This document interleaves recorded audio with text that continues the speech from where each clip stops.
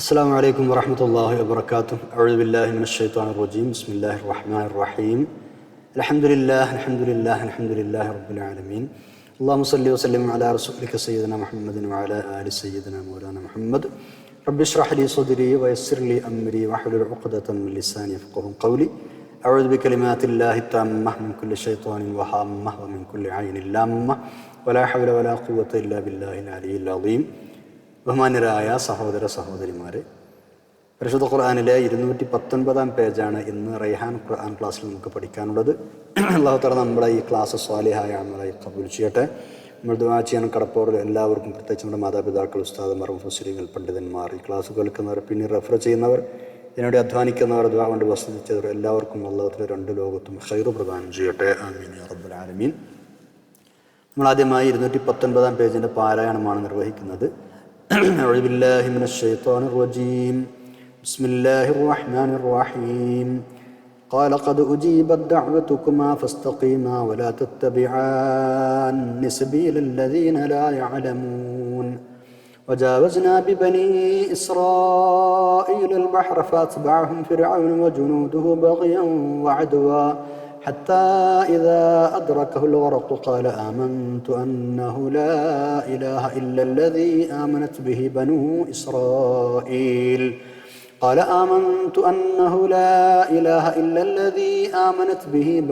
إسرائيل وأنا من المسلمين.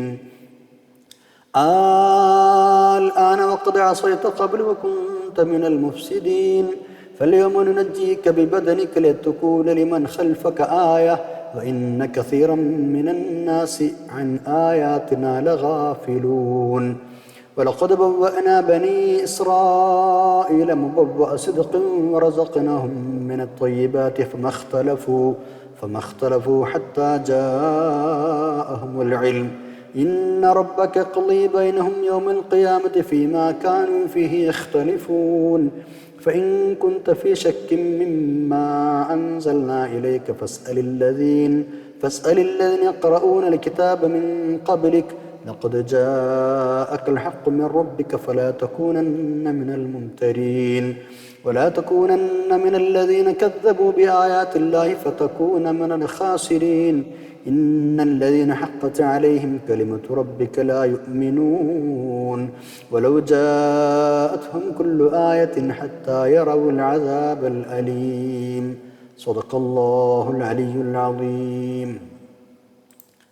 പരിശുദ്ധ ഖുർആനിലെ അധ്യായം 10-ാം അധ്യായം സൂറത്ത് യൂനുസിലെ 89 മുതൽ 97 വരെയുള്ള 9 ആയത്തുകളാണ് നമ്മൾ ഓതിവെച്ചത്. 11-ാം ജുസ്ഇൽ 219-ാം പേജ്. മഹാനായ മൂസാ നബി അലൈഹി ഇസ്ലാമിൻ്റെ ചരിത്രമാണ് നമ്മൾ പറഞ്ഞുകൊണ്ടിരിക്കുന്നത്. ധിക്കാരവും ധാർഷ്ട്യവും തുടർന്നപ്പോൾ മൂസാ നബി അലൈഹി ഇസ്ലാമും ഹാറൂൻ നബി അലൈഹി ഇസ്ലാമും ഫിർഔനിനും കൂട്ടർക്കുമെതിരെ ദുആ ചെയ്തതാണ് കഴിഞ്ഞ പേജിൽ അവസാനമായി നമ്മൾ പറഞ്ഞത്. ആ ദുആ സ്വീകരിക്കപ്പെട്ടിരിക്കുന്നു എന്നാണ് ഇനി അല്ലാഹു തആല രണ്ടുപേരെയും അറിയിക്കുന്നത്. നിർണായകമായ ആ ദുആക്ക് ഉത്തരം ലഭിച്ചിരിക്കുന്നു എന്ന സന്തോഷ വാർത്ത അല്ലാഹു തആല അറിയിക്കുന്നു. അതോടൊപ്പം ഫിർഔനിനെയും അനുയായികളെയും അള്ളാഹുവിൻ്റെ മാർഗത്തിലേക്ക് ക്ഷണിക്കുക എന്ന നിലപാടിൽ തന്നെ ഉറച്ചു നിൽക്കണം എന്ന നിർദ്ദേശവും നൽകുന്നുണ്ട്. അതുപോലെ നിങ്ങൾ രണ്ടുപേരും നേരായ ചൊവ്വായ മാർഗത്തിൽ തന്നെ തുടരണം എന്നും പറയുന്നു. അള്ളാഹു അല്ലാത്തൊരു മാർഗം തുടരരുത് എന്നും പ്രത്യേകം നിഷ്കർഷിക്കുന്നുണ്ട്. നോക്കൂ 89-ാമത്തെ ആയത്ത്. ബിസ്മില്ലാഹിർ റഹ്മാനിർ റഹീം. قال قد أجيبت دعوتكما فاستقيما ولا تتبعان سبيل الذين لا يعلمون. قال അല്ലാഹു തആല പ്രതികരിച്ചു.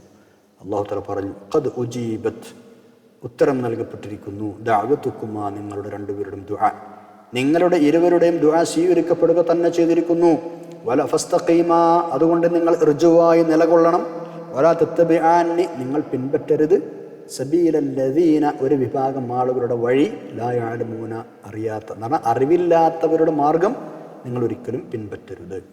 നിങ്ങളുടെ പ്രാർത്ഥന സ്വീകരിക്കപ്പെട്ട സ്ഥിതിക്ക് നിങ്ങൾ കൂടുതൽ ദൃഢതയോടുകൂടി അള്ളാഹുവിൻ്റെ മാർഗത്തിൽ ഉറച്ചു നിൽക്കണം. അടിപതറാതെ അവിവേകം വരാതെ സൂക്ഷിക്കണമെന്നർത്ഥം.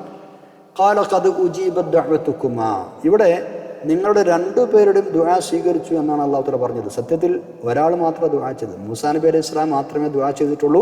ഹാറൂൻ നബി അലൈഹി സ്വലാം ആമീൻ പറയുകയാണ് ചെയ്തത് എന്ന് ഇബ്നു കസീർ റഹ്മത്തുള്ളാഹി ഉദ്ധരിച്ചിട്ടുണ്ട്. അപ്പോൾ എന്ത് മനസ്സിലാക്കാം? ഒരാൾ ദുആ ചെയ്ത് മറ്റുള്ള ആളുകൾ ആമീൻ പറഞ്ഞാൽ എല്ലാവരും ദുആ ചെയ്ത പോലെയാണ് എന്ന് മനസ്സിലാക്കാം. കാരണം അയാളുടെ ദുആക്കാണല്ലോ മറ്റുള്ളവർ ആമീൻ ചൊല്ലുന്നത്. ആമീൻ പറയലും ഒരു ദുആയാണ് എന്ന് ചുരുക്കം. ഈ പ്രാർത്ഥനയ്ക്കു ശേഷം ഫിർഔൻ ജീവിച്ചത് 40 കൊല്ലമാണെന്നും അല്ല വെറും 40 ദിവസമാണെന്നും ഒക്കെ വ്യത്യസ്ത അഭിപ്രായങ്ങളുണ്ട്. 90-91 ആയത്തിലേക്ക് നോക്കൂ.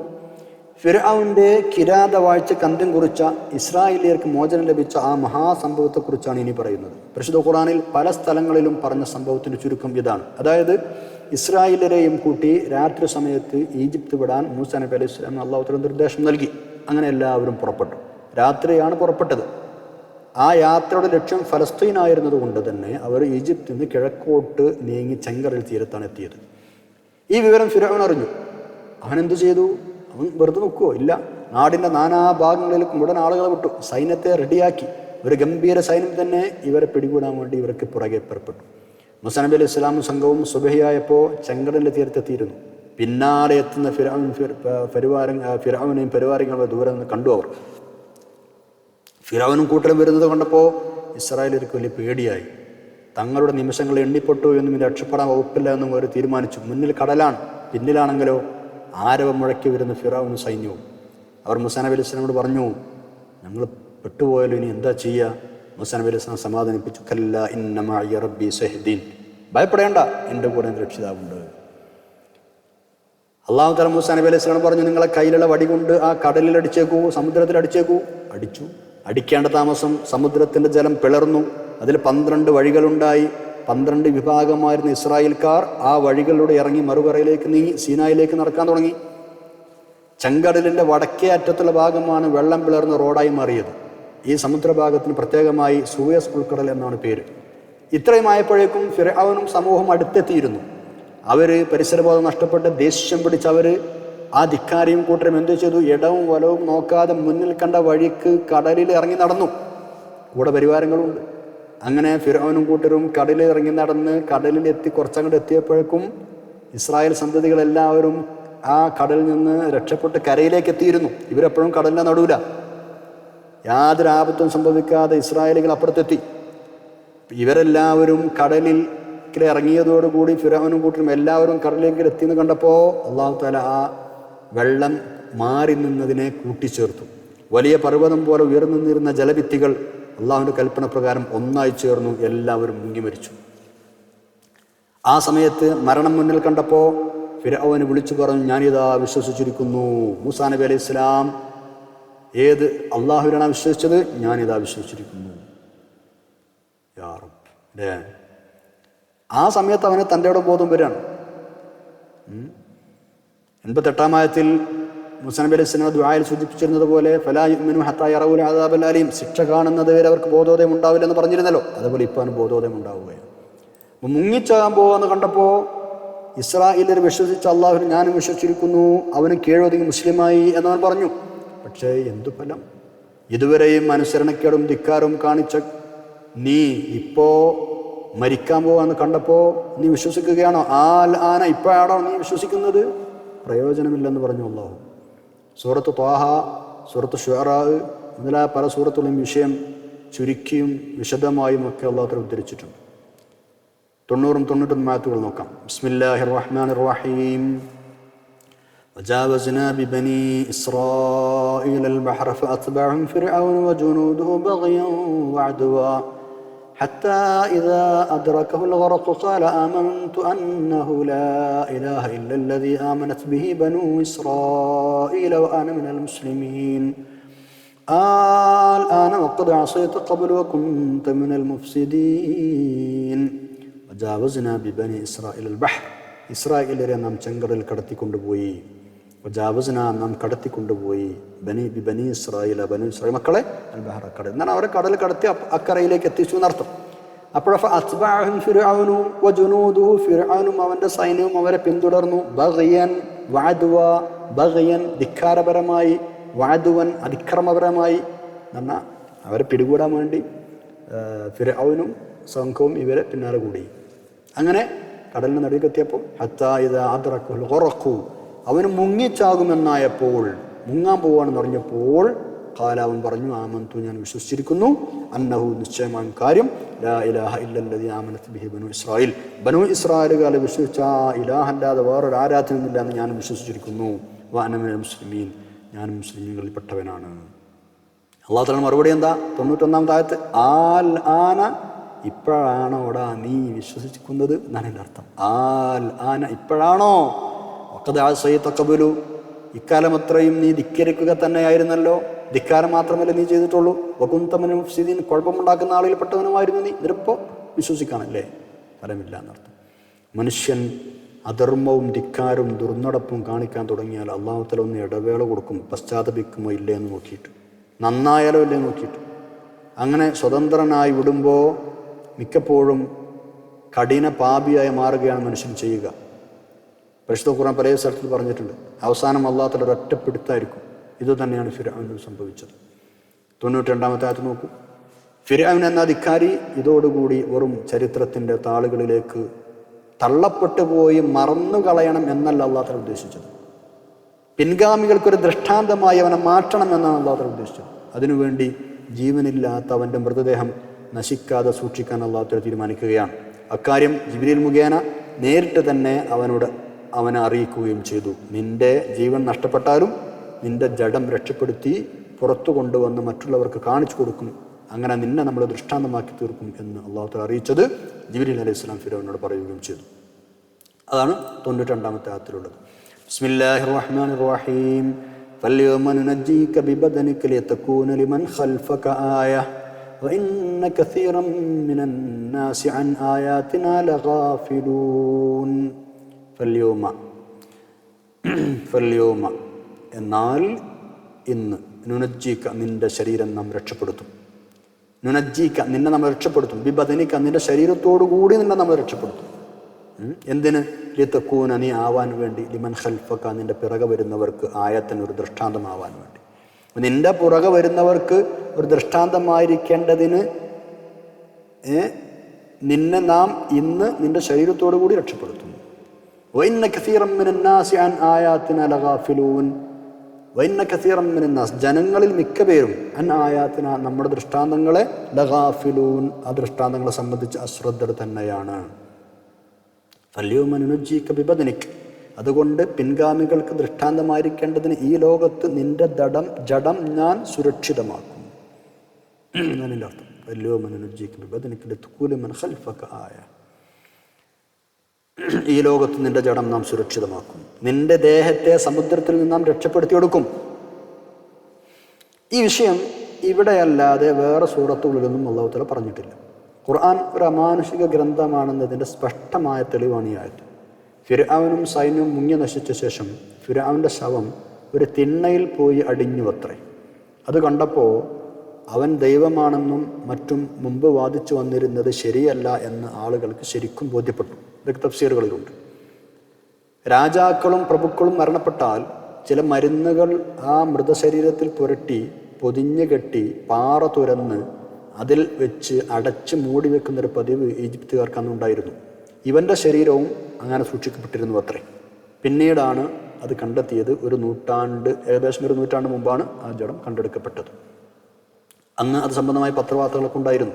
ക്രിസ്താബ്ദം 1898 ഫിർഔൻ, അതായത് ഫറോവമാരുടെ ശവക്കല്ലറകളിൽ നിന്ന് അതായത് ഈജിപ്തിലെ കിങ്സ് വാലിയിൽ നിന്ന് ഈ ഫറോവയുടെ മമ്മിയാക്കപ്പെട്ട ജഡം കണ്ടെടുക്കപ്പെട്ടു. അതോടൊപ്പം ഉണ്ടായിരുന്ന ലിഖിത രേഖകളിൽ നിന്ന് അവനായിരുന്നു മൂസാ നബി അലൈഹി സ്വലാമിൻ്റെ ശത്രുവായ ഫിർഔൻ എന്ന് മനസ്സിലാകുന്നുണ്ട് എന്നൊക്കെ അന്ന് റിപ്പോർട്ടുകളിൽ ഉണ്ടായിരുന്നു. ഈജിപ്ഷ്യൻ നാഷണൽ മ്യൂസിയം സന്ദർശിക്കാൻ എത്തുന്ന ആളുകൾക്ക് ശക്തമായൊരു ഗുണപാഠമായി റോയൽ മമ്മി സെക്ഷനിൽ ഈ ഫിർഔൻ്റെ ജഡം ഇന്നും സൂക്ഷിക്കപ്പെട്ടിട്ടുണ്ട്. ഏതായാലും ഫിർഔൻ്റെ ജഡം കണ്ടുകിട്ടിയത് ഖുർആൻ അള്ളാഹുവിൻ്റെ ഗ്രന്ഥമാണെന്ന സത്യം ശത്രുക്കൾക്ക് പോലും നിഷേധിക്കാൻ കഴിയില്ല എന്നതിൻ്റെ വലിയ തെളിവാണ്. അള്ളാഹുവിൻ്റെ ശിക്ഷയ്ക്ക് വിധേയനായ ഈ ഫിർഔനെ കുറിച്ച് നമുക്കല്പം മനസ്സിലാക്കാം. ഫിർഔൻ എന്ന പദം അറബി ശബ്ദം പർ ആ എന്നോ അല്ലെങ്കിൽ ഫർ ആ എന്നോ ഒക്കെയുള്ള കോപ്റ്റിക് ശബ്ദത്തിൽ നിന്ന് ലോപിച്ചുണ്ടായതാണ്.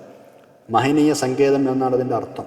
ഒരു കാലത്ത് ഈജിപ്തിലെ ഭരണാധികാരികൾക്ക് പറഞ്ഞു വന്നിരുന്ന സ്ഥാനപ്പേരാണ് ഇത്. ഈ പതിവ് ലോകത്ത് മറ്റു പല സ്ഥലങ്ങളിലുണ്ടായിരുന്നു.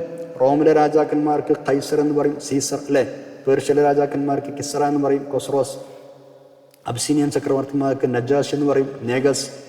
റോമാ നഗരിയുടെ സാരഥിക്ക് എംപറർ എന്ന് പറയും. ഇതൊക്കെ പല സ്ഥലത്തും ഉപയോഗിച്ചിരുന്നു. എന്നതുപോലെ ഈജിപ്ത് ഭരണാധികാരികൾക്ക് പറഞ്ഞു വന്നിരുന്ന സ്ഥാനപ്പേരാണ് ഫറോവ അല്ലെങ്കിൽ ഫിർഔൻ.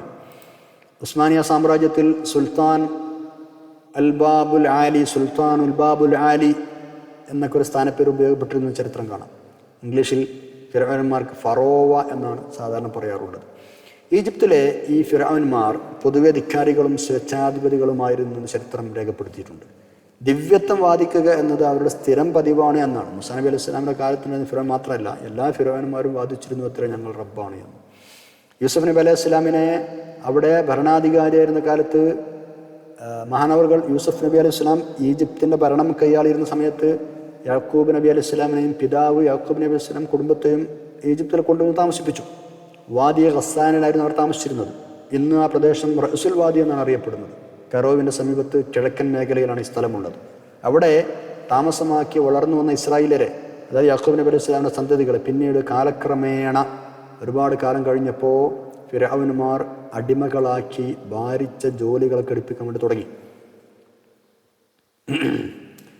ഇവരെ ബനു ഇസ്രായേലുകളെ വലിയ കോട്ടകൾ നിർമ്മിക്കാനും നീണ്ട റോഡുകൾ വെട്ടാനും ഒക്കെ ഫിർഔന്മാർ ഉപയോഗിച്ചിരുന്നു എന്നാണ്. നന്നായി പണിയെടുപ്പിച്ചിരുന്ന അർത്ഥം. എല്ലാ ഫറോവന്മാരും ധിക്കാരികളും ഇസ്രായേലുകളെ മർദ്ദിക്കുന്ന ആളുകളുമായിരുന്നു എന്നും റിപ്പോർട്ടുകളുണ്ട്.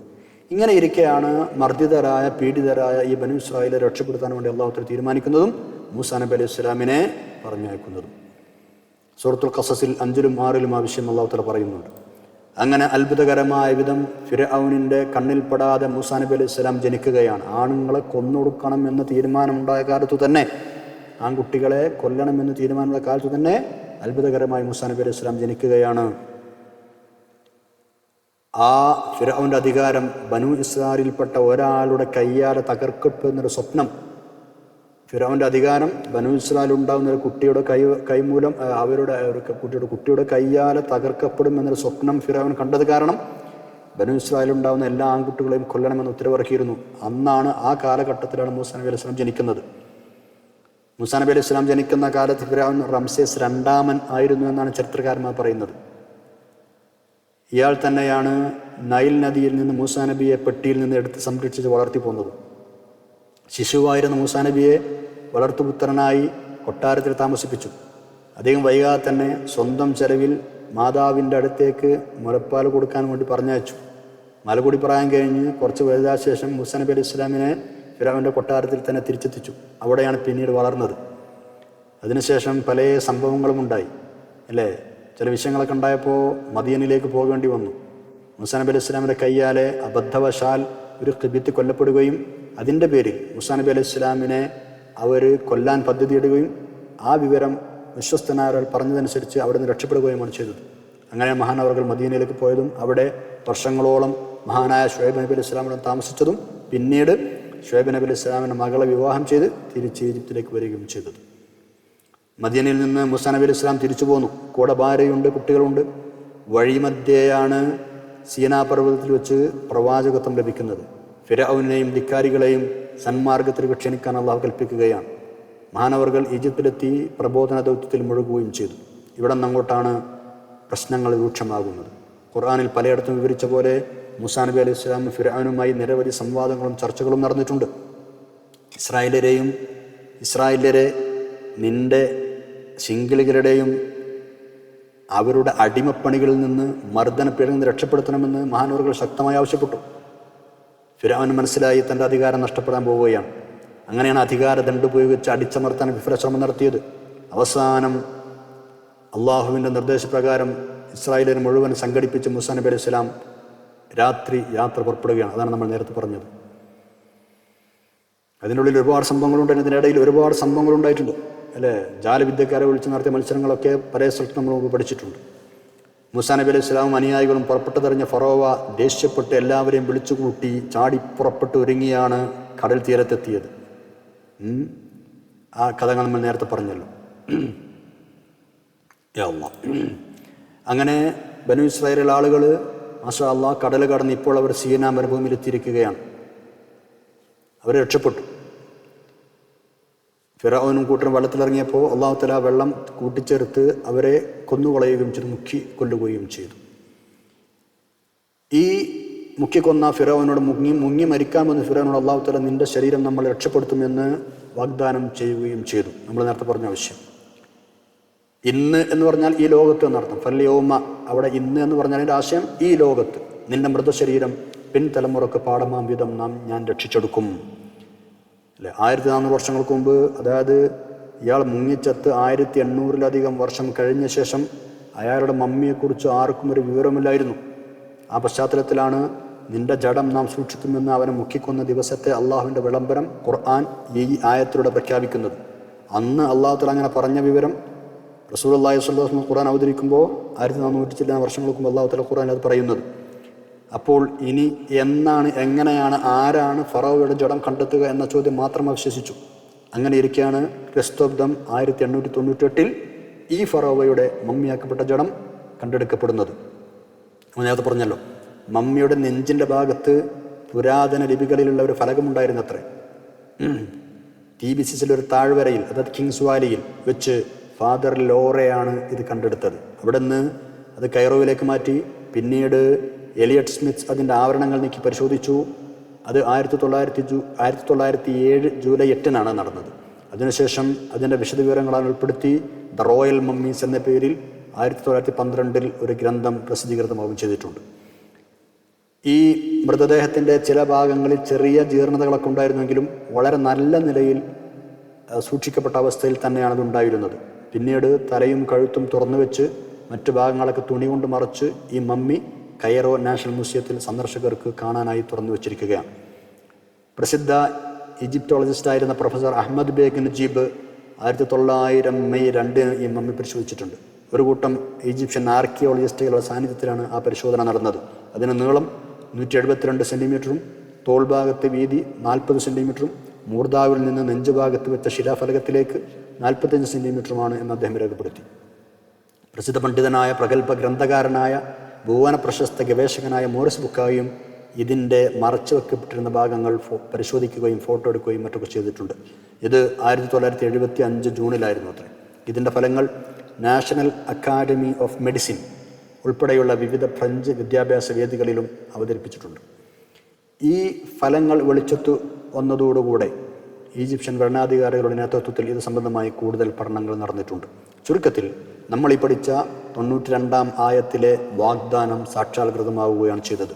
പക്ഷേ അതേ സൂക്തത്തിൻ്റെ അവസാനം പറഞ്ഞ പോലെ തന്നെ എന്തൊക്കെ ദൃഷ്ടാന്തങ്ങൾ കണ്ടു കഴിഞ്ഞാലും കൺമുമ്പിൽ തലയോർത്തി നിന്നാലും എന്തു ഫലം ബഹുഭൂരിഭാഗം ആളുകളും വിശ്വസിക്കാൻ പോകുന്നില്ല, കഷ്ടം തന്നെ എന്ന്.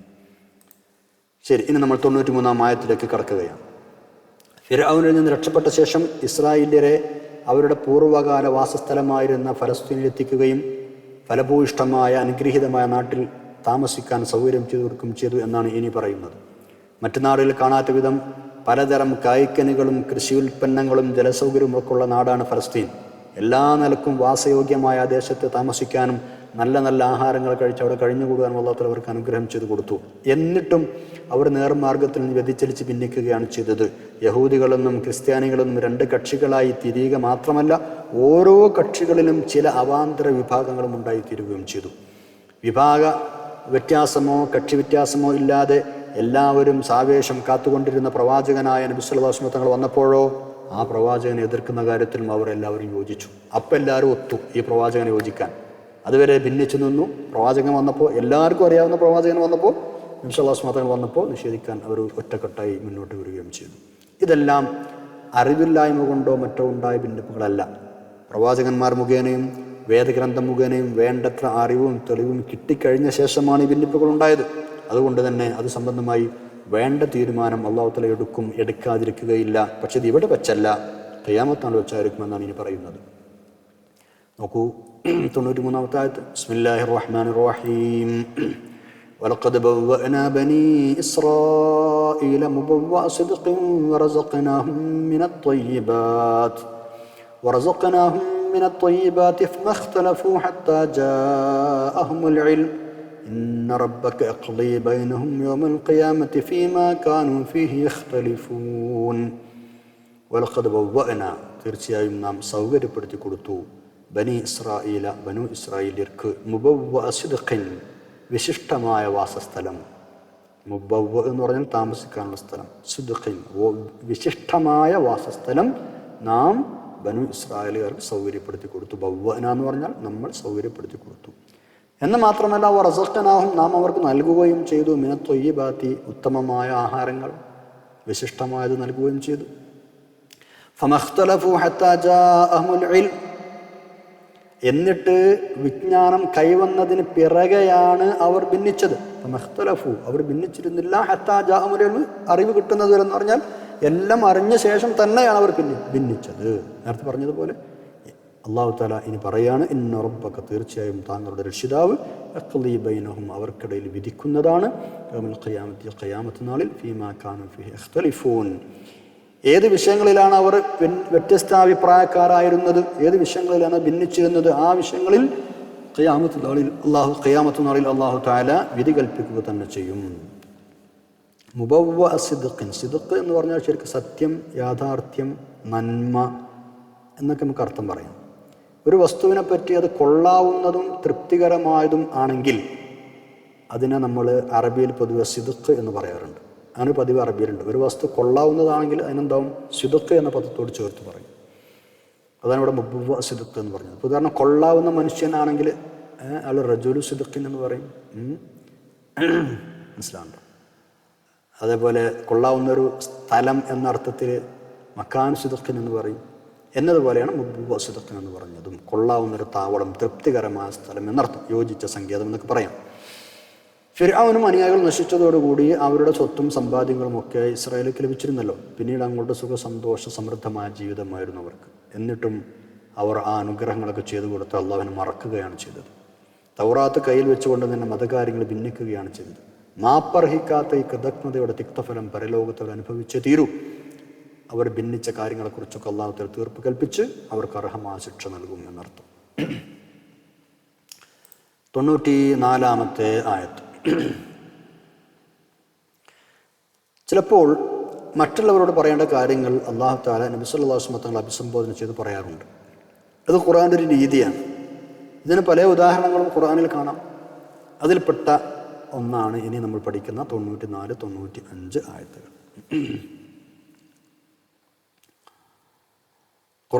ഖുർആനെ നിഷേധിച്ചുകൊണ്ടിരിക്കുന്ന ആളുകളെയാണ് ഈ ആയത്തുകളിൽ അള്ളാഹു തആല ശരിക്കും ഉദ്ദേശിക്കുന്നത്. ഈ ആയത്തുകളുടെ സന്ദർഭം കൂടി ശ്രദ്ധിക്കണം. ആദ്യം നൂഹ് നബി അലൈഹി ഇസ്ലാമിൻ്റെ ചരിത്രം ഉദ്ധരിച്ചു. അതിനുശേഷം വ്യത്യസ്ത ജനവിഭാഗങ്ങളിലേക്ക് വിവിധ പ്രവാചകന്മാർ വന്നതും അവരെല്ലാം ആ പ്രവാചകന്മാരെ നിഷേധിച്ചതും ചൂണ്ടിക്കാട്ടി. അതിനുശേഷം മൂസാ നബി അലൈഹി ഇസ്ലാമിൻ്റെയും ഫിർഔൻ്റെയും ചരിത്രം വിവരിച്ചു. ഫിർഔൻ പരാജയപ്പെട്ടു എന്ന് പറഞ്ഞു. ഇതെല്ലാം മുമ്പിൽ നിരത്തിവെച്ച ശേഷമാണ് നാം അവതരിപ്പിച്ചു തന്നതിൽ താങ്കൾക്ക് എന്തെങ്കിലും സംശയമുണ്ടെങ്കിൽ താങ്കൾക്ക് മുമ്പുള്ള വേദഗ്രന്ഥങ്ങൾ ഓതിക്കൊണ്ടിരിക്കുന്നവരോട് ചോദിക്കൂ എന്ന് അല്ലാഹു തആല നബിയോട് പറയുന്നത് സ്വല്ലല്ലാഹു അലൈഹി വസല്ലം. അതായത് നേരത്തെ പറഞ്ഞ ചരിത്രങ്ങളാണ് ഇവിടെ ഉദ്ദേശം എന്ന് മനസ്സിലാക്കണം. അതായത് നൂഹ് നബി അലൈഹി സ്വലാം മുതൽ മൂസാ നബി അലൈഹി സ്വലാം വരെയുള്ള കാലഘട്ടങ്ങളിൽ വന്ന പ്രവാചകന്മാരെ നിഷേധിച്ചവരെല്ലാം നശിച്ചു പോവുകയാണ് ചെയ്തത്. നേരത്തെ പറഞ്ഞ പോലെ നമ്മൾ വിശദീകരിച്ചല്ലോ. ഇത്തരം കാര്യങ്ങളിലെല്ലാം ആർക്കെങ്കിലും വല്ല സംശയം തോന്നുന്ന പക്ഷം മുമ്പ് വേദഗ്രന്ഥം പാരായണം ചെയ്യുന്ന വേദക്കാരായ ആളുകളോട് ചോദിച്ചാൽ അതെല്ലാം സത്യമാണ്, യഥാർത്ഥമാണ് എന്ന് നിങ്ങൾക്ക് ബോധ്യപ്പെടും. വേദക്കാരായ എല്ലാ വ്യക്തികൾക്കും അറിയാമെന്നോ അവർ പറയുന്നതെല്ലാം വിശ്വസിക്കാമെന്നോ എന്നൊന്നുമല്ല ഈ പറഞ്ഞതിൻ്റെ ഉദ്ദേശം. വേദഗ്രന്ഥങ്ങളെ ശരിക്കറിയുകയും സത്യം തുറന്നു പറയുകയും ചെയ്യുന്ന വേദക്കാർക്ക് ഇതിൻ്റെ സത്യാവസ്ഥ അറിയാം. വേണമെങ്കിൽ അവരോട് ചോദിച്ചു നോക്കൂ എന്നാണ് ഉദ്ദേശം. കാരണം ഇതൊക്കെ അറിയുന്ന ആളുകൾ തന്നെ മൂടി വെച്ചത് നമ്മൾ പലപ്പോഴും പറഞ്ഞിട്ടുണ്ട്. സത്യം മൂടി വെച്ച കഥ പലപ്പോഴും പറഞ്ഞിട്ടുണ്ട്, അല്ലേ? ബൈബിളിൽ എന്തെല്ലാം മാറ്റങ്ങൾ വരുത്തിയിട്ടുണ്ടെങ്കിലും ഈ പറഞ്ഞ ചരിത്രങ്ങളുടെ സാരാംശങ്ങൾ ഇന്നും അതിൽ പലയിടത്തും കിടക്കുന്നുണ്ട് എന്നാണ്. ഇനി നമ്മൾ പഠിക്കുന്ന ആയത്തിൽ നബി സല്ലല്ലാഹു അലൈഹി വസല്ലം തങ്ങൾക്ക് എന്തെങ്കിലും സംശയം ഉണ്ടായത് കൊണ്ടല്ല തങ്ങൾ അഭിസംബോധന ചെയ്ത് പറയുന്നത്. അള്ളാഹു അവതരിപ്പിച്ച കാര്യത്തിൽ നബി സല്ലല്ലാഹു അലൈഹി വസല്ലം തങ്ങൾക്ക് എന്തെങ്കിലും സംശയം ഉണ്ടായിരുന്നു എന്ന നിലക്കല്ല അള്ളാഹു തആല സംസാരിക്കുന്നത്. ഖുർആനിൽ ഒരു സംശയം നബിക്കുണ്ടായില്ല, ഉണ്ടാവുകയുമില്ല. ഖുർആനാകട്ടെ ഖുർആനല്ലാത്ത വഹയ് ഏത് ദിവ്യ സന്ദേശങ്ങളാവട്ടെ അത് അവതരിച്ചാൽ അതിൻ്റെ സത്യസന്ധതയിൽ നബി സല്ലല്ലാഹു അലൈഹി വസല്ലം തങ്ങൾ സംശയം ആശയപ്പെട്ടു തോന്നില്ല, അല്ലേ? നബി സല്ലല്ലാഹു അലൈഹി വസല്ലം തങ്ങൾക്ക് മാത്രമല്ല വഹ്യികളെ സംബന്ധിച്ചിടത്തോളം എല്ലാ പ്രവാചകന്മാരുടെ അവസ്ഥ അങ്ങനെ തന്നെയാണ്. അപ്പം പിന്നെ ഇവിടെ ഉദ്ദേശം ആർക്കെങ്കിലും വല്ല സംശയമുണ്ടെങ്കിൽ നബിക്ക് സംശയം ഉണ്ടാവില്ല സല്ലല്ലാഹു അലൈഹി വസല്ലം. മറ്റാർക്കെങ്കിലും ഉമ്മത്തിൽപ്പെട്ട മറ്റാർക്കെങ്കിലും സംശയമുണ്ടെങ്കിൽ അവർ വേദഗ്രന്ഥങ്ങൾ അറിയുന്നവരോട് ചോദിച്ചു നോക്കട്ടെ എന്നാണ്. 94-ാമത്തെ ആയത്ത് നോക്കൂ. ബിസ്മില്ലാഹിർ റഹ്മാനിർ റഹീം. فإن كنت في شك مما أنزلنا إليك فاسأل الذين يقرؤون الكتاب من قبلك لقد جاءك الحق من ربك فلا تكونن من الممترين. فإن كنت നബി അങ്ങാണെങ്കിൽ ഫിഷക്കിൻ സംശയത്തിലാണെങ്കിൽ മിമ്മ അൻസൽന ഇലൈക നാം അങ്ങേക്ക് അവതരിപ്പിച്ചെടുത്തതിൽ വല്ല സംശയം അങ്ങേക്കുണ്ടെങ്കിൽ ഫസ്അൽ അങ്ങ് ചോദിച്ചു നോക്കൂ അല്ലദീന യഖ്റഊന കിതാബ മിൻ ഖബ്ലിക് അങ്ങയുടെ മുമ്പ് വേദം പാരായണം ചെയ്തിരുന്നവരോട് ചോദിച്ചു നോക്കൂ. എന്നിട്ട് പറയാം ലഖദ് ജാഅകൽ ഹഖ് തീർച്ചയായും അങ്ങേക്ക് വന്നെത്തിയിരിക്കുന്നത് സത്യം തന്നെയാണ്. മിർ റബ്ബിക അങ്ങയുടെ രക്ഷിതാവിങ്കിൽ നിന്ന് ഫലാ തകൂനന്ന മിനൽ മുംതരീൻ ഒരിക്കലും അങ്ങ് സംശയിക്കുന്നവരുടെ കൂട്ടത്തിൽ പെട്ടു പോകരുത്. ഇമാം ഖുർത്തുബി റഹ്മത്തുള്ളാഹി അലൈഹി മറ്റു പല മുഫസ്സിരീങ്ങളും ഇവിടെ വ്യക്തമായി വിശദീകരിച്ചിട്ടുണ്ട്. നബി സല്ലല്ലാഹു അലൈഹി വസല്ലം തങ്ങൾക്ക് സംശയം ഉണ്ടാവുകയോ അല്ലെങ്കിൽ വേദക്കാരോട് ചോദിക്കുകയോ ഒന്നും ചെയ്തിട്ടില്ല, അങ്ങനൊന്നും ഉണ്ടായിട്ടില്ല. ഇത് ബാക്കിയുള്ള ആളുകളോട് അല്ലാഹു തആല പറയുകയാണ്. ഖുർആനിൻ്റെ സാധുതയും അത് സത്യമാണെന്ന വസ്തുതയും ജൂത ക്രിസ്ത്യാനികൾക്ക് പോലും വളരെ നന്നായിട്ട് അറിയാം. അതാണ് ഈ പറഞ്ഞതിൻ്റെ ഉദ്ദേശം. അവരോട് ചോദിച്ചു നോക്കുമെന്ന് പറഞ്ഞാൽ അവർക്കറിയാം ഇതൊക്കെ സത്യമാണ് എന്ന്. ചരിത്രം അതിന് സാക്ഷിയാണ്. ആദ്യ നൂറ്റാണ്ടുകളിലും പിൽക്കാലങ്ങളിലും വേദക്കാരിൽപ്പെട്ട നിരവധി ആളുകൾ മുസ്ലിങ്ങളായിട്ടുണ്ട്. ഈ കാലത്തും അത് തുടർന്നുകൊണ്ടിരിക്കുന്നുണ്ട്. ഇല്ല, പ്രത്യേകിച്ച് യൂറോപ്യൻ രാജ്യങ്ങളൊക്കെ നിരന്തരം മുസ്ലിങ്ങളായിക്കൊണ്ടിരിക്കുന്ന ആളുകൾ. ഒരു സംഘത്തെ ഉദ്ദേശിച്ച് ആ സംഘത്തിൻ്റെ നേതാവിനെ അഭിമുഖീകരിച്ച് പിൻഗാമികളെ ഉദ്ദേശിച്ച് മുൻഗാമികളെ അഭിമുഖീകരിച്ച് പല സംസാര രീതികളും ഭാഷയിലുണ്ടാവാം. അതായത് ഒരു സംഘത്തെ ഉദ്ദേശിച്ചിട്ട് ആ സംഘത്തിൻ്റെ നേതാവിനോട് പറയും, പിൻഗാമികൾ ആളുകൾ ഉദ്ദേശിച്ച് മുൻഗാമികളോട് പറയും. ഇതൊക്കെ ഒരു ഭാഷാ ശൈലികളാണ്. വിശുദ്ധ ഖുർആനിൽ ഒരുപാട് ഉദാഹരണങ്ങൾ ഇതിനുണ്ട്. സമുദായത്തിൽ ആര് ശിർക്ക് ചെയ്താലും നബി സല്ലല്ലാഹു അലൈഹി വസല്ലം ചെയ്യില്ലാന്ന് ഉറപ്പല്ലേ? എന്നിട്ടും അല്ലാഹു തആല നബിയോട് സല്ലല്ലാഹു അലൈഹി വസല്ലം 39-ാം അധ്യായം 65-ാം ആയത്തിൽ ലൈൻ അശ്റക്ത ലയഹ്ബത്തന്ന അമലുക് എന്ന് പറഞ്ഞിട്ടുണ്ട്. അങ്ങാനും ശിർക്ക് ചെയ്തുവെങ്കിൽ അങ്ങയുടെ കർമ്മം പൊളിഞ്ഞു പോകും. അതൊരിക്കലും ഉണ്ടാകാത്ത സംഗതിയാണ്. പക്ഷെ അത് ഉമ്മത്തിനാണ് ഉദ്ദേശം. അതുപോലെ തന്നെ അള്ളാഹുവിൻ്റെ കൽപ്പനാ നിർദ്ദേശങ്ങൾക്കെതിരായി അവിശ്വാസികളായോ കപടവിശ്വാസികളായോ വല്ലപ്പോഴും നബി സല്ലല്ലാഹു അലൈഹി വസല്ലം അനുസരിക്കുകയില്ലെന്നതും തീർച്ചയാണ്. എന്നിട്ടും നബി സല്ലല്ലാഹു അലൈഹി വസല്ലം തങ്ങളോട് 33-ാം അധ്യായത്തിൽ 1-ാം ആയത്തിൽ അല്ലാഹു തആല പറയുന്നുണ്ട്, യാ അയ്യുഹൻ നബിയ്യു ഇത്തഖില്ലാഹ വലാ തുതിഇൽ കാഫിരീന വൽ മുനാഫിഖീൻ. കാഫിരീങ്ങളെയും മുനാഫിഖുകളെയും നബി അങ്ങ് അംഗീകരിക്കരുത്. ഒരിക്കലും അംഗീകരിക്കില്ല. പക്ഷെ ബാക്കിയുള്ളവരോടാണ് കൽപ്പന. നബി സല്ലല്ലാഹു അലൈഹി വസല്ലം തങ്ങളോട് തന്നെ ഇങ്ങനെയൊക്കെ കൽപ്പിക്കുമ്പോൾ ആ ഉമ്മത്തിലെ ഓരോ അംഗവും ആ കൽപ്പനകൾ എത്രമാത്രം ഗൗരവപൂർവ്വം മനസ്സിലാക്കണം എന്നതാണ് ആ പ്രയോഗം നമ്മൾ മനസ്സിലാക്കേണ്ടത്. നോക്കൂ 95-ാമത്തെ ആയത്ത്. ബിസ്മില്ലാഹിർ റഹ്മാനിർ റഹീം. വലാ തകൂനന്ന മിനല്ലദീന കദ്ദബൂ ബിആയാത്തില്ലാഹി ഫതകൂന മിനൽ ഖാസിരീൻ. വലാ തകൂനന്ന നബി അങ്ങ് ഒരിക്കലും പെട്ടുപോകരുത്. മിനല്ലദീന ഒരു വിഭാഗം ആളുകളിൽ കദ്ദബൂ അവർ നിഷേധിച്ചിട്ടുണ്ട് ബിആയാത്തില്ലാഹി അല്ലാഹുവിൻ്റെ ആയാത്തുകൾ നിഷേധിച്ചവരുടെ കൂട്ടത്തിൽ അങ്ങ് ഒരിക്കലും പെട്ടുപോകരുത്. ഫതകൂന മിനൽ ഖാസിരീൻ. അങ്ങനെയാണെങ്കിൽ അങ്ങ് പരാജിതരിൽ പെട്ടുപോകും. അടുത്ത ആയത്ത് നോക്കൂ 96-ാമത്തെ ആയത്ത്. സന്മാർഗം സ്വീകരിക്കാനുള്ള സന്നദ്ധതയോ വിചാരമോ ഇല്ലാത്ത ആളുകൾ അള്ളാഹുവിൻ്റെ ശിക്ഷയ്ക്ക് വിധേയരാകും എന്നത് അതൊരു പൊതുനിയമമാണ്. ആരൊക്കെയാണ് അത്തരക്കാരെന്ന് അള്ളാഹുവിനെ നല്ലപോലെ അറിയുകയും ചെയ്യാം. അക്കൂട്ടത്തിൽപ്പെട്ട ആളുകളാണ് ഈ സത്യനിഷേധികളും. അതുകൊണ്ട് അവർ വിശ്വസിക്കുമെന്ന് കരുതേണ്ടതില്ല എന്നാണ് അള്ളാഹു തആല ഇനി പറയുന്നത്. നോക്കൂ 96-ാമത്തെ ആയത്ത്. ബിസ്മില്ലാഹിർ റഹ്മാനിർ റഹീം. ഇന്നല്ലദീന ഹഖ്ഖത് അലൈഹിം കലിമതു റബ്ബിക ലാ യുഅ്മിനൂൻ. ഇന്നല്ലദീന നിശ്ചയം ഒരു വിഭാഗം ആളുകൾ ഹഖ്ഖത് അലൈഹിം അവരുടെ മേൽ സ്ഥിരപ്പെട്ടിട്ടുണ്ട് കലിമതു റബ്ബിക് അങ്ങയുടെ രക്ഷിതാവിൻ്റെ വചനം എന്ന് പറഞ്ഞാൽ അങ്ങയുടെ രക്ഷിതാവിൻ്റെ ശിക്ഷയുടെ വചനം ആരുടെ മേൽ സ്ഥിരപ്പെട്ടുവോ ലാ യുഅ്മിനൂൻ അവർ വിശ്വസിക്കുകയില്ല. സത്യം ഗ്രഹിക്കാൻ ശ്രമിക്കാതെ സത്യത്തിന് മുമ്പിൽ തലകുനിക്കാതെ മർക്കടമുഷ്ടി കാണിക്കുന്ന എല്ലാം കണ്ണടച്ച് നിഷേധിക്കുന്ന ആളുകളാണ് മുശ്രിക്കുകൾ. അറിഞ്ഞുകൊണ്ട് സത്യത്തെ എതിർക്കുകയാണ് അവർ. അപ്പം ഈ ബുദ്ധിശൂന്യത ചെയ്യുന്ന ആളുകളെ അല്ലാഹു തആല ശിക്ഷിക്കുമെന്നും അവരുടെ ഹൃദയങ്ങൾക്ക് അവൻ മുദ്ര വെക്കുമെന്നും മറ്റു പല സ്ഥലത്തും അല്ലാഹു തആല മുമ്പ് പറഞ്ഞിട്ടുണ്ട്. സൂറത്തുൽ ബഖറയിൽ വിശദമായി ഇത് പഠിച്ചിട്ടുണ്ട്. അത്തരക്കാരെ പറ്റിയാണ് ഇവിടെ അള്ളാഹുവിൻ്റെ കലിമത്ത് സ്ഥിരപ്പെട്ട ആളുകൾ എന്ന് പറഞ്ഞത്. 97-ാം ആയത്ത് നോക്കൂ. അള്ളാഹുവിൻ്റെ ഭാഗത്തു നിന്ന് കഠിനമായ ശിക്ഷ അനുഭവത്തിൽ വരാതെ അവർ വിശ്വസിക്കാൻ പോകുന്നില്ല. ദൃഷ്ടാന്തങ്ങൾ കണ്ടിട്ടോ സത്യം മനസ്സിലാക്കിയിട്ടോ ഒന്നും അവരതിന് മുതിരില്ല എന്നാണ് ഒന്നുകൂടെ ഇനി പറയുന്നത്. ബിസ്മില്ലാഹിർ റഹ്മാനിർ റഹീം. വലൗ ജാഅത്ഹും കുല്ലു ആയത്തിൻ ഹത്താ യറൗൽ അദാബൽ അലീം. വലൗ ജാഅത്ഹും അവർക്ക് വന്നു കിട്ടിയാലും കുല്ലു ആയത്തിൻ എല്ലാ തെളിവുകളും സർവ്വ തെളിവുകളും വന്നു കിട്ടിയാലും അവർ വിശ്വസിക്കൂല എന്നർത്ഥം. ഹത്താ യറവുൽ അദാബുൽ അലീം, വേദനയുറ്റ ശിക്ഷ കണ്ടുമുട്ടും വരെ അവർ വിശ്വസിക്കുകയില്ല. ഫിർഔൻ ചെയ്ത പോലെ എന്തെല്ലാം ദൃഷ്ടാന്തങ്ങൾ വ്യത്യസ്ത കാലഘട്ടങ്ങളിൽ അള്ളാഹു തആല കൊണ്ടുവന്നിട്ടുണ്ടോ അതൊക്കെയും ഒന്നൊഴിയാതെ ഇവരുടെ മുമ്പിൽ നിരത്തിയാലും ഈ നിഷേധികൾ വിശ്വസിക്കാൻ പോകുന്നില്ല. അതുകൊണ്ട് അവർ വിശ്വസിക്കുമെന്ന കാര്യത്തിൽ പ്രതീക്ഷ വേണ്ട എന്ന് പറയുകയാണ്. എന്തു വന്നാലും സത്യം അംഗീകരിക്കുന്ന പ്രശ്നമില്ല എന്ന് ശഠിക്കുന്ന ദുർവാശിക്കാർക്ക് പിന്നെ ഇപ്പം എന്ത് മാറ്റം ഉണ്ടാവും? ഒരു മാറ്റം ഉണ്ടാവില്ല. അവർ പാരത്രിക ശിക്ഷ അടക്കമുള്ള ശിക്ഷകളെ കാണുമ്പോഴാണ് അവർക്ക് ബോധോദയം ഉണ്ടാവുക എന്ന് ചുരുക്കം. ഇത്രയുമാണ് ഇന്നത്തെ ക്ലാസ്സിൽ നമുക്ക് പഠിക്കാനുള്ളത്. ഇൻഷാ അല്ലാഹ് ദുആ ചെയ്ത് പിരിയാം.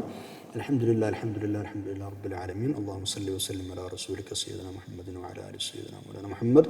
അല്ലാഹു ഞങ്ങൾ പറഞ്ഞതും കേട്ടതും സ്വാലിഹായ അമലായി സ്വീകരിക്കണം തമ്പുരാനെ. ഞങ്ങളത്തെ എല്ലാ തെറ്റുകുറ്റങ്ങളും പുറത്ത് മാപ്പാക്കി തരണം. അല്ലാഹു ആഖിബത്ത് നന്നാക്കണേ തമ്പുരാനെ. നമ്മുടെ മാതാപിതാക്കൾ, ഉസ്താദുമാർ, മുഫസ്സിറുകൾ, പണ്ഡിതന്മാർ, ക്ലാസ് കേൾക്കുന്നതിന് അധ്വാനിക്കുന്നവർ, നമ്മുടെ ദുആ കൊണ്ട് വസിയത്ത് ചെയ്ത എല്ലാവർക്കും ഖൈറും സലാമത്തും സന്തോഷം നൽകണം തമ്പുരാനെ.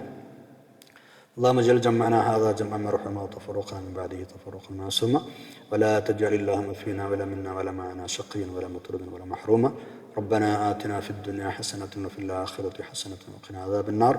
ربنا تقبل منا إنك أنت السميع العليم وتب علينا إنك أنت التواب الرحيم. آمين برحمتك يا أرحم الراحمين. وصلى الله تعالى وسلم على خير خلق سيدنا محمد وعلى آله وصحبه أجمعين. سبحان ربك رب العزة عما يصفون وسلام على المرسلين والحمد لله رب العالمين. ولا دعاء ചെയ്യണം. سبحانك اللهم وبحمدك أشهد أن لا إله إلا أنت أستغفرك وأتوب إليك. السلام عليكم ورحمة الله وبركاته.